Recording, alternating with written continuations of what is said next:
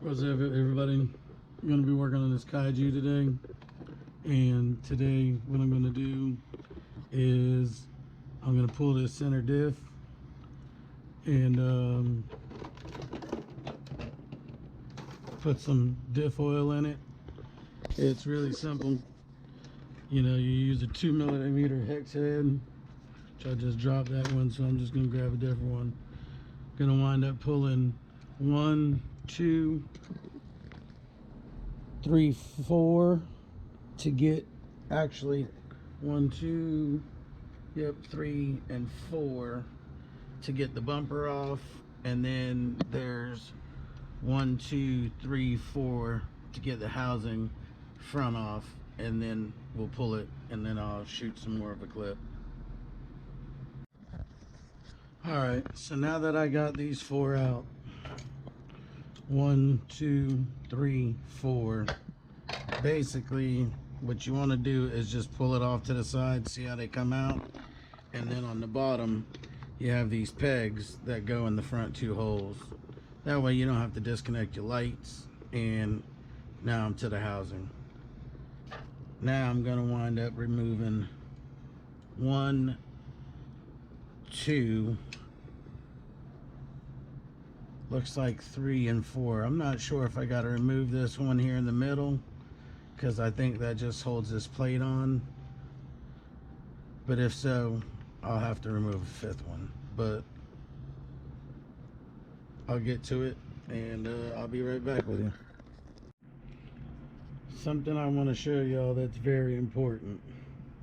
I pulled this diff out right here, and there's a shim, which you can see right here. That shim right there is on the right hand side. You definitely want to make sure you shim it back on the right hand side when you put it in. And I'm going to try to show y'all this inside and why it's important that you do this periodically throughout the ownership. Look at that. Do you see that? Yeah, that is nasty.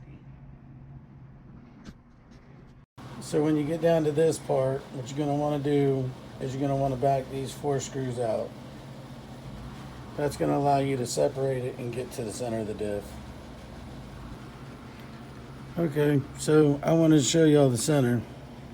Mine's not too bad, but it's time to change it. As you can see, it's not full, and it's starting to get discolored.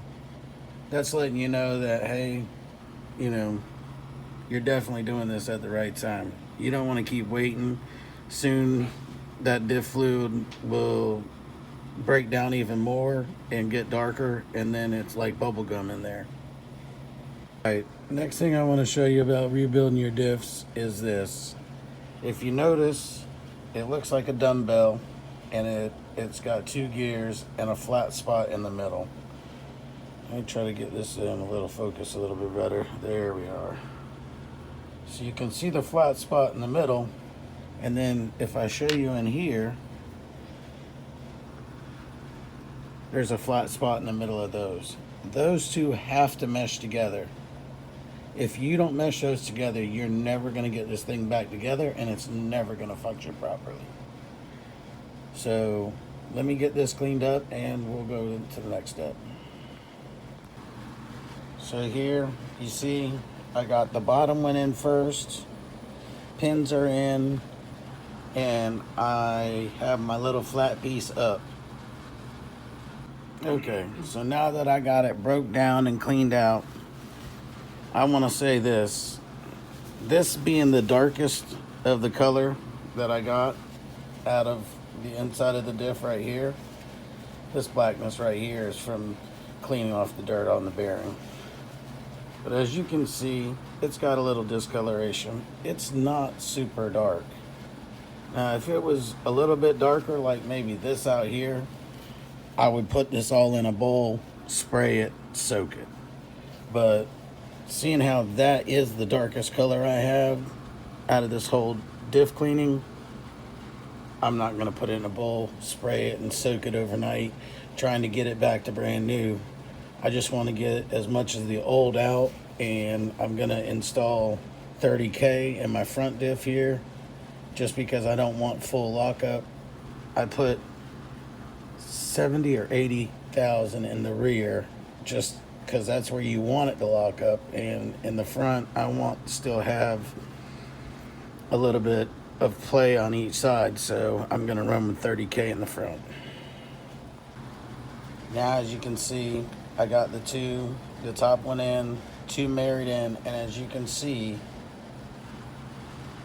the top bar is sitting down into the bottom bar. And then a little test that you can do is this. So now that I got it in there, I'm going to turn the drive shaft very so slightly, and you can see the gears moving around in there, and it's fit. Now I'm going to fill her up. Here's something important to show y'all. A lot of people say, oh, you fill it up and you overfill it, or you put it to the top. I'm going to tell you, you should leave a little indentation. The reason why you leave the little indentation is because of this right here. You're going to put this back down in the top of it, and if you fill it to the top where it's level there, if you fill it to the top and it's level, when you put this back down on top to mesh in, what's going to happen is it's going to push grease or your silicone diff lubricant out through the hole all over your hand, and you're going to take a chance of tearing this thin paper gasket that goes in between it. So you want to try to make sure that you leave a little indentation. And let me get this back together and I'll add more to this. So here you go. I put them all together. And one thing I forgot to mention to y'all is how you know that you're lined up right is, see these 2 holes here? Well, there's 2 little plastic studs that you'll see under here that come through the gasket, and you line those up, and once you line those 2 studs up, then your 4 holes that you put your screws in should line up. And as you see, I tightened mine up and there's no mess there. I don't have to clean up that excess mess before I put it in, because you don't want to mix, for instance, my 30K with the grease that I'm fixing to put on the outside of this to protect this stuff. It's just not good to mix 2 different types together. Breaks down the velocity. And so my next part is grease this up, install that back in, and put it all together. All right, y'all. And when you get done, you should have something that works like that. Come on, Rose.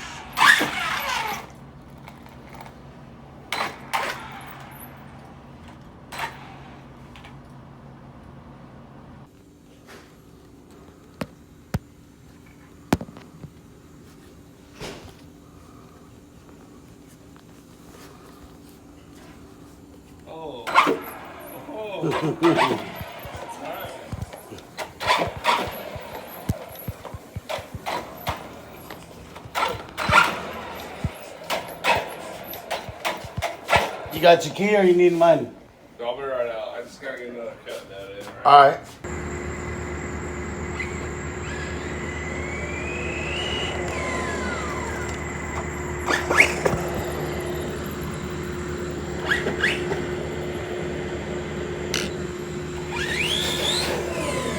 Oh yeah. All right, y'all.